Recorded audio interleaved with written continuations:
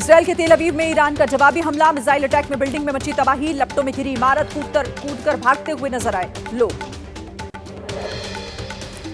Israel और Iran के बीच जंग का 5वां दिन। ईरान की ओर से इजरायल पर 370 से ज्यादा मिसाइलें और सैकड़ों ड्रोन दागे गए हैं। विस्फोट की आवाज से सहम गए लोग।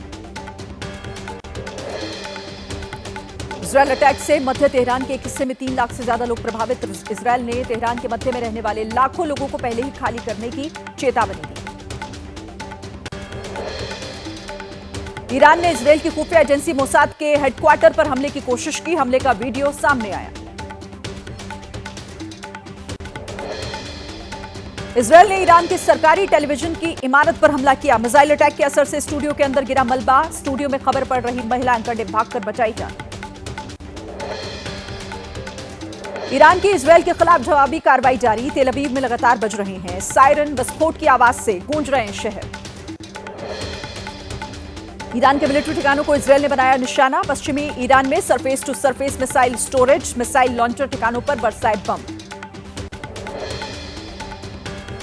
इजरायल पर लगातार मिसाइलें दाग रहा है ईरान। यरूशलेम में इंटरसेप्ट की गई ईरानी मिसाइल। इजरायली सेना ने ईरान की तरफ से दागी गई मिसाइल की पहचान की। इजरायली सेना के हमले में तेहरान में 2 F-14 फाइटर जेट तबाह किए गए। इजरायल ने तेहरान के लोगों को फौरन घर खाली करने को कहा। इजरायल पर ईरान का जवाबी हमला। ईरान के मिसाइल अटैक में हाइफा की ऑयल रिफाइनरी और पावर प्लांट में लगी आग। मिसाइल गिरते ही उठी आग की लपटें। पाकिस्तान, सऊदी अरब, बहरीन, कुवैत समेत ज्यादातर मुस्लिम देशों ने ईरान पर इजरायल की कार्रवाई की निंदा की। सभी देशों के विदेश मंत्रियों ने संयुक्त रूप से जारी किया वक्तव्य। विवादों में शांतिपूर्ण समाधान पर जोर। ईरान में भारतीय दूतावास की एडवाइजरी। सभी भारतीय तुरंत छोड़ें तेहरान। सभी लोगों को सुरक्षित जगहों पर जाने के लिए कहा गया। साथ ही ईरान में सभी भारतीय दूतावास के संपर्क में रहने को कहा।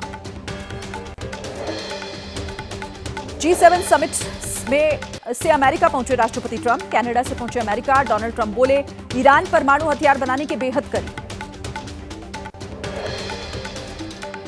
ईरान पर इजरायल का नॉन स्टॉप हमला जारी। भारत में ईरान के दूतावास के मुताबिक अब तक 224 नागरिक मारे गए हैं। 12 से ज्यादा घायल हुए हैं। मरने वालों में महिलाएं और बच्चे शामिल। अमेरिकी राष्ट्रपति ट्रंप के बयान के बाद खाली होने लगा तेहरान। गैस स्टेशन और पेट्रोल पंप की ओर लोगों ने किया रुख। शहर से बाहर जाने वाली सड़कों पर ट्रैफिक जाम। अमेरिकी राष्ट्रपति डोनाल्ड ट्रंप की फिर से ईरान को धमकी। कहा, ईरान के पास नहीं हो सकते परमाणु हथियार। ईरान का न्यूक्लियर डील साइन ना करना भूल। समिट ने G7 देशों ने किया इजरायल का समर्थन। कहा, इजरायल को आत्मरक्षा का अधिकार है। ईरान कभी परमाणु हथियार नहीं रख सकता।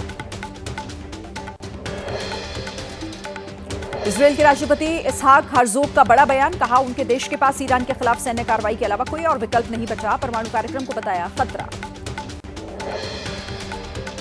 इजरायल और ईरान के बीच तनाव को लेकर फ्रांस के राष्ट्रपति इमैनुअल मैक्रोन ने कहा, इजरायल और ईरान मुद्दे पर अमेरिका की भूमिका महत्वपूर्ण। अमेरिका दोनों देशों के बीच टकराव कम करने की कोशिश कर रहा है।